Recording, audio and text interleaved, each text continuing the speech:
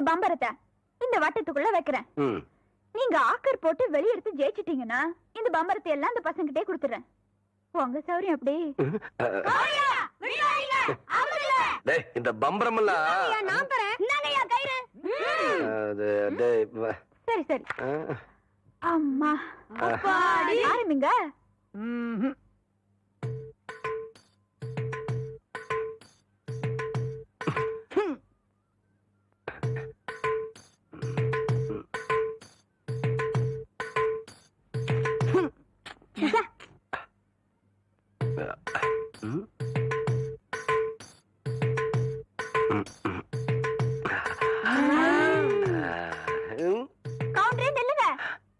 இந்த விளையாட்டுல மட்டும் நீங்க தோத்துட்டீங்க.